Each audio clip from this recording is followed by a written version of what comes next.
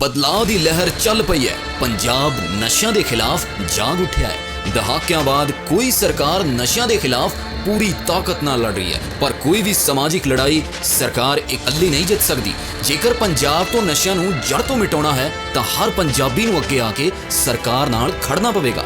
ਯੁੱਧ ਨਸ਼ਿਆਂ ਵਿਰੁੱਧ ਮੁਹਿੰਮ ਤਹਿਤ ਹੁਣ ਨਸ਼ਾ ਮੁਕਤੀ ਯਾਤਰਾ ਤੁਹਾਡੇ ਪਿੰਡ ਤੁਹਾਡੇ ਸ਼ਹਿਰ ਪਹੁੰਚ ਰਹੀ ਹੈ। ਯਾਤਰਾ ਵਿੱਚ ਸ਼ਾਮਲ ਹੋ ਕੇ ਆਪਣਾ ਫਰਜ਼ ਨਿਭਾਓ ਅਤੇ ਪੰਜਾਬ ਨੂੰ नशा मुक्त बनाओ। दिल्ली में भारतीय जनता पार्टी की सरकार के 100 दिन कल पूरे हो जाएंगे। दिल्ली के लोगों ने भारतीय जनता पार्टी को जनादेश दिया, उनकी सरकार बनाई। इसलिए बनाई कि भारतीय जनता पार्टी दिल्ली वालों के लिए काम कर सके। लेकिन मात्र 100 दिन में भारतीय जनता पार्टी ने दिल्ली वालों का जीवन नरक बना दिया। बेहतर काम करना तो छोड़िए, अपने वादे पूरा करना तो छोड़िए, भारतीय जनता पार्टी ने 10 साल से चलती हुई दिल्ली की व्यवस्थाओं को 100 दिन के अंदर ठप कर दिया। आज आम आदमी पार्टी रिपोर्ट कार्ड रिलीज कर रही है भारतीय जनता पार्टी के 100 दिन के फेलियर्स का। भारतीय जनता पार्टी हर पक्ष में फेल है। हम इस रिपोर्ट कार्ड में 15 मुद्दों पर भारतीय जनता पार्टी किस तरह से फेल हुई है दिल्ली के लोगों के सामने रख रहे हैं, और ये रिपोर्ट कार्ड हम दिल्ली वालों के घर घर तक लेकर जाएंगे। पहला मुद्दा, लंबे लंबे पावर कट। दिल्ली में 10 साल से अरविंद केजरीवाल जी ने 24 घंटे बिजली दी, बिना पावर कट के बिजली दी। और ये हम नहीं कहते, ये केंद्र सरकार के बिजली विभाग के पावर डिपार्टमेंट की अपनी रिपोर्ट कहती है, अपने आंकड़े कहते हैं, और संसद में पेश किए गए कागजात कहते हैं कि दिल्ली में 10 साल से 24 घंटे बिजली आ रही थी, लेकिन पिछले 100 दिन में बिजली की चलती चलाती व्यवस्था ठप हो गई और दिल्ली के अलग अलग हिस्सों में लगातार लंबे लंबे पावर कट होते हैं। अब दिल्ली के लोग ये कहने लग गए हैं, अच्छा आज गर्मी ज्यादा है, आज बिजली कट जाएगी। अच्छा आज बिजली कड़क रही है, तूफान आ रहा है, आज बिजली कट जाएगी। आज आंधी आ रही है, आज बिजली कट जाएगी। क्या हम देश की राजधानी में रहते हैं? क्या हम 2025 में रहते हैं? लेकिन दिल्ली वाले लंबे लंबे पावर कट का सामना कर रहे हैं। दूसरा मुद्दा, ना सिर्फ लंबे पावर कट हो रहे हैं, बल्कि 7 से 15% से बिजली के दाम पीपीएसी के नाम पे बढ़ा दिए गए हैं, और अगले महीने से बढ़े हुए बिजली के बिल दिल्ली वालों के आने शुरू हो जाएंगे। तीसरा मुद्दा, प्राइवेट स्कूलों की बेलगाम बढ़ती हुई फीस। पिछले 10 साल से अरविंद केजरीवाल जी ने, आम आदमी पार्टी ने प्राइवेट स्कूलों की फीस पर लगाम लगाई हुई थी। प्राइवेट स्कूलों को फीस बढ़ाने से रोका हुआ था, लेकिन जिस दिन से भाजपा की सरकार आई है, बेलगाम तरीके से 30%, 40%, 80% फीस बढ़ गई। कहीं स्विमिंग पूल के चार्ज, कहीं बस के चार्ज, कहीं एक्टिविटी चार्जेस, और जो माता पिता फीस नहीं दे पाते उनके बच्चों को बाउंसरों के माध्यम से स्कूलों से निकाला जा रहा है। चौथा मुद्दा, पानी की सप्लाई। दिल्ली में आज जगह जगह पानी की त्राही मची हुई है। जिन इलाकों में लगातार सालों से पानी आ रहा था, वहां पर पानी आना बंद हो गया है। दिल्ली की महिलाओं ने भारतीय जनता पार्टी के विधायक कार्यालयों के बाहर मटके फोड़ने शुरू कर दिए। जगह जगह टैंकरों से पानी भरा जा रहा है। मुद्दा नंबर 6, नल में आ रहा सीवर का गंदा पानी। आज दिल्ली में जगह जगह सीवर का पानी नलके से आ रहा है, गंदा पानी आ रहा है। आप दिल्ली के अलग अलग हिस्सों में जाइए, आपको डॉक्टर बताएंगे कि पेट की बीमारियां, गैस्ट्रोएंटेराइटिस इतने बड़े स्तर पर हो गया है क्योंकि पानी, पीने के पानी में सीवर का पानी मिलकर आ रहा है। ना सिर्फ पानी की गंदगी, हवा की गंदगी।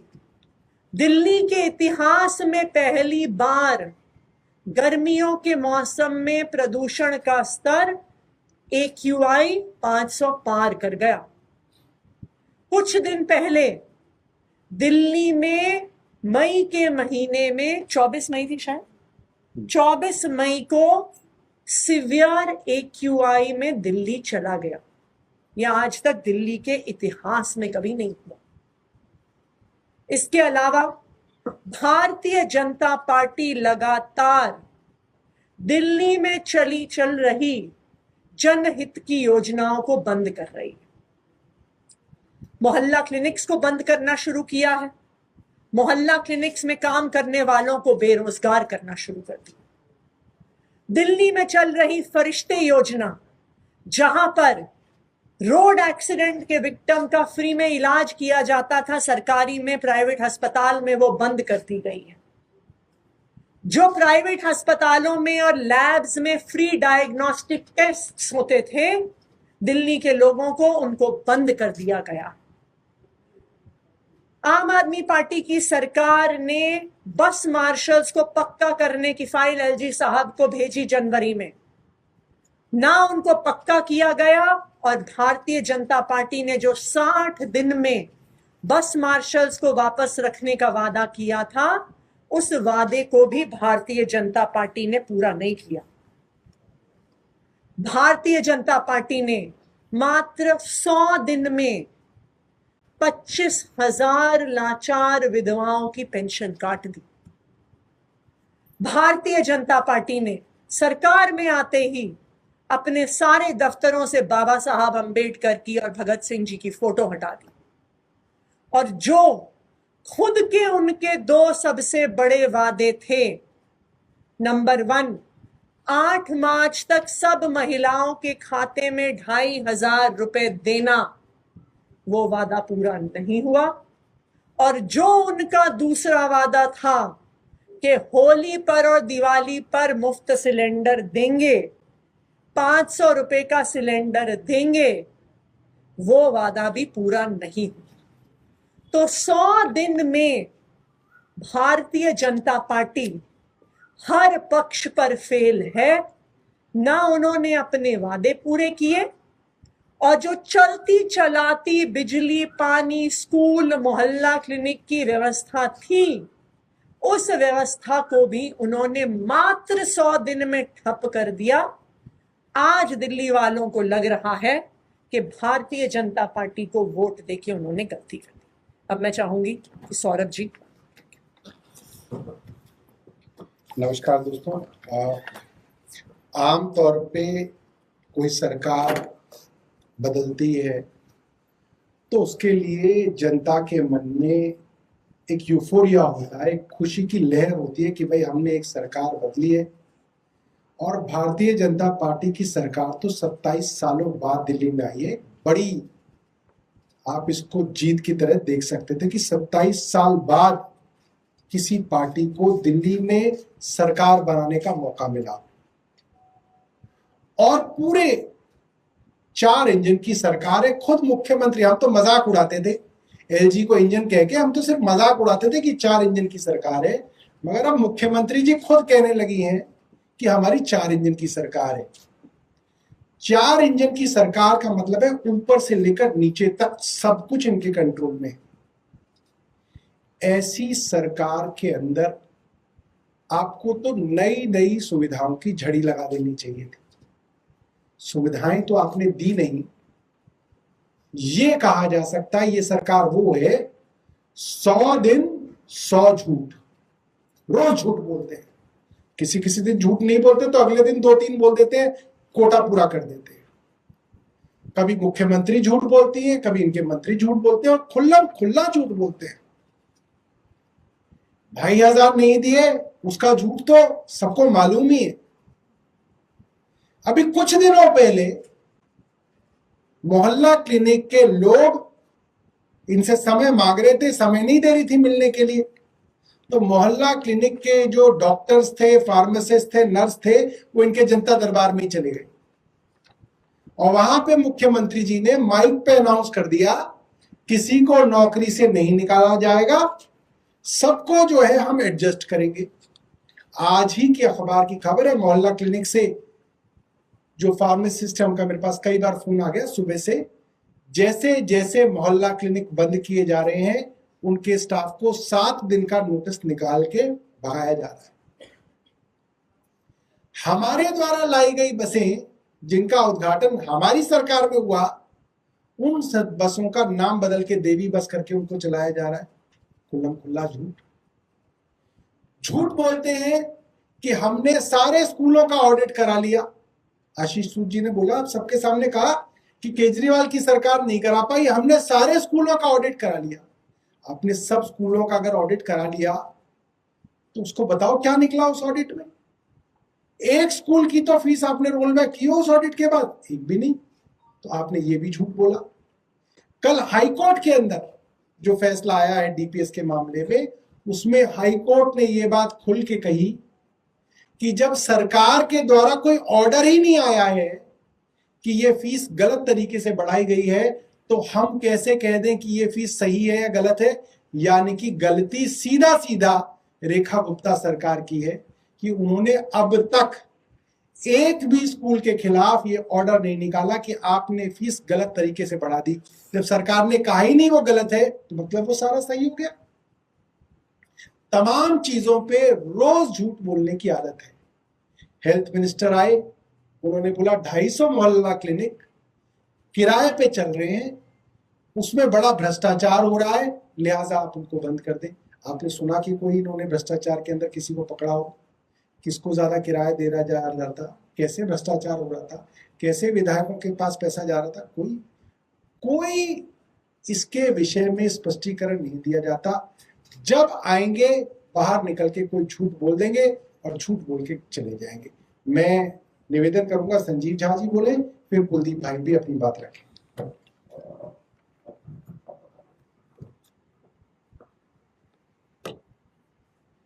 100 दिन की सरकार से ये साबित हुआ कि सरकार मस्त है और जनता पस्त है।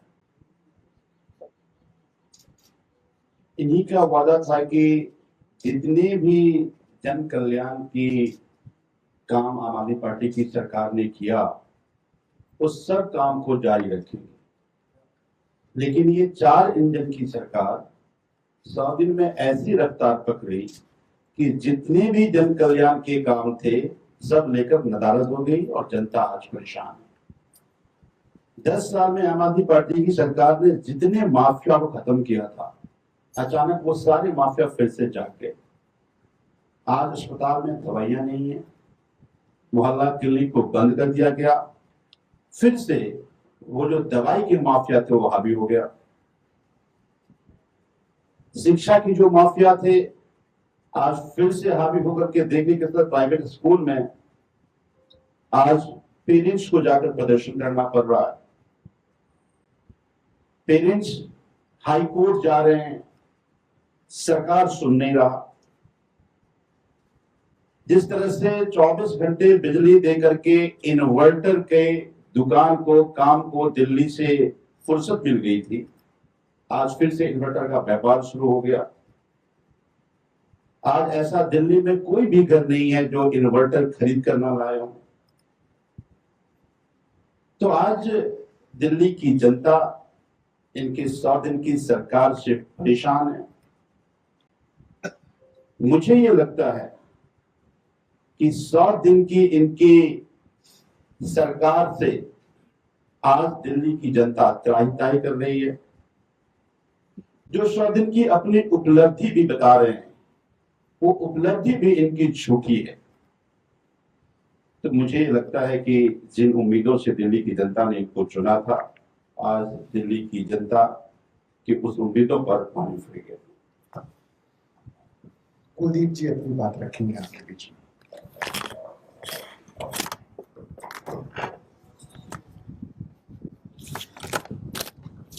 जैसा कहते हैं कि ऊँट के पांव पाले में दिख जाते हैं, वैसे ही सरकार के 100 दिन के जो हुए पूरे, उसके जो आने वाले 5 साल कैसे होने वाले हैं, दिल्ली की जनता ने वो भी देख लिया। और एक तरफ केजरीवाल सरकार दिल्ली के अंदर थी, और मुझे याद है कि जो अभी सौरभ जी ने कहा कि भाई नई सरकार बनती तो लोगों में खुशी होती है। जब पहली बार हमारी सरकार बनी, दिल्ली के लोगों में एक अलग खुशी थी, और उस खुशी को दुगना करने का काम केजरीवाल सरकार ने करने का काम किया। जिस समय मुझे याद है 100 दिन के हमारी सरकार के जो 100 दिन थे, और किसी भी सरकार की कोई भी नई सरकार बनती है, वो 100 दिन बहुत महत्वपूर्ण होते हैं अगले 5 साल के विजन के लिए। तो मुझे लगता है जब केजरीवाल सरकार आई तो उनका 100 दिन का विजन क्या था? दिल्ली के लोगों को 2 यूनिट बिजली फ्री, दिल्ली के लोगों को 20 लीटर पानी फ्री, दिल्ली के लोगों के लिए अस्पताल में फ्री इलाज, दिल्ली के लोगों के लिए 24 घंटे बिजली, दिल्ली के लोगों को बिजली के बिल आधे 400 यूनिट से ऊपर। ये सरकार का विजन था। सरकारी स्कूलों में ताबड़तोड़ दौरे, सरकारी स्कूलों में कायाकल्प, ये हमारी सरकार का विजन था। हॉस्पिटल को अच्छा करना, उनको अच्छा बनाना, ये 100 दिन का विजन था। और वो 100 दिन की सरकार जो हमारी शुरुआत की थी, 10 साल तक जब तक आम आदमी पार्टी सरकार दिल्ली में रही, हम उस 100 दिन के विजन पे हमने काम किया। आज ये सरकार है, इस सरकार के 100 दिन के जो आने वाले जो काम किए वो सब काम अभी आपको बताए। बिजली के बड़े बड़े लंबे लंबे पावर कट, स्कूलों की फीस, सरकार की जन कल्याणकारी योजनाएं जो थी, गरीबों के इलाज, इस सरकार का पूरा ध्यान एक ही बात पर है, कैसे दिल्ली के गरीब आदमी को मिल रही सुविधाओं को ये लोग छीन सके। इनका एक ही मकसद है, दिल्ली के गरीब आदमी को, उसकी चाहे झुग्गी हो, झोपड़ी हो, ठेली हो, रेडी हो, पटरी हो, उस पे कैसे मार कर सके और कैसे अपने बड़े बड़े उद्योगपति दोस्तों को, मित्रों को फायदा पहुंचा सके। इस सरकार का विजन है। तो मैं तो ये कहना चाहूंगा बस कि क्या हुआ तेरा वादा, वो कसम वो इरादा, जो दिल्ली के लोगों से तुमने वादे किए थे, उन वादों को क्या हुआ? वो वादे सारे मोदी जी के 15 लाख की तरह दिल्ली में भी जुमला साबित होने का काम करें। धन्यवाद। फोटो कराऊं।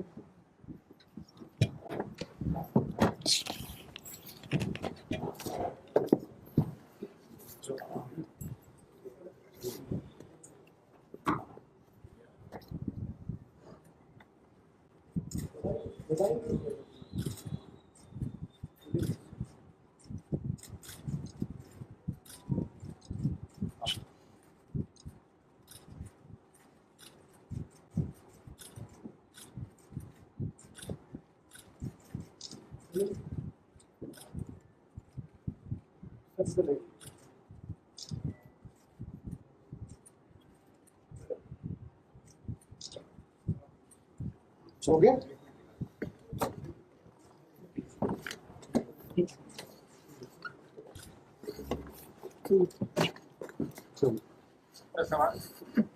सवाल भी है।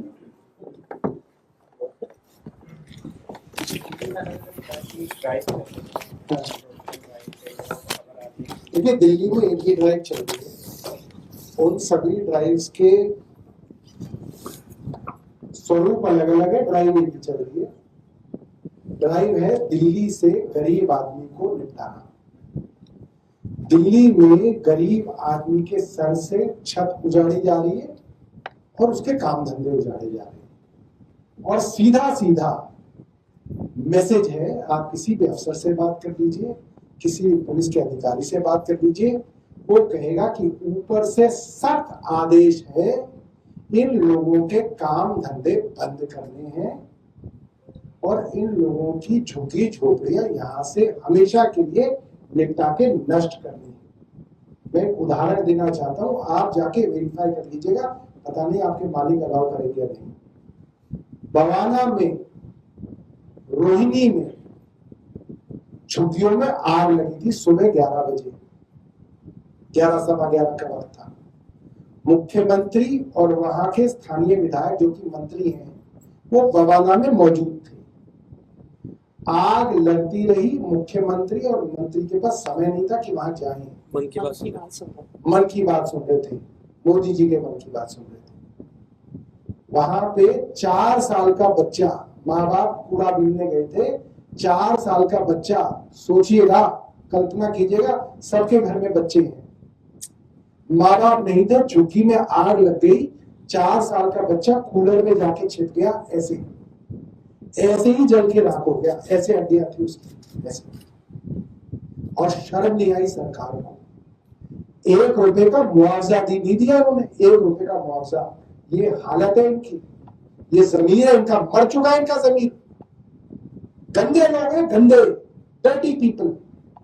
इसके अलावा मेरे पास शब्द नहीं है ऐसे लोगों के लिए। एक 2 साल का बच्चा लेटा हुआ था, लेटे लेटे ही उसकी लाश आप देख सकते हैं, बिल्कुल जली हुई, मतलब कि आप ये समझ सकते हो कोयला, जैसे कोयला होता है, लकड़ी जल जाती है तो कोयला उस लकड़ी के स्वरूप का होता है। ऐसे 2 कोयले देखे मैंने, एक ऐसे था कूलर के अंदर कोयला 4 साल का, एक 2 साल का ऐसे था। और लाश खींच के पुलिस वाले बाइक पे ले गए कि कहीं इस 2 साल के बच्चे की लाश के साथ लोग प्रदर्शन ना कर दें।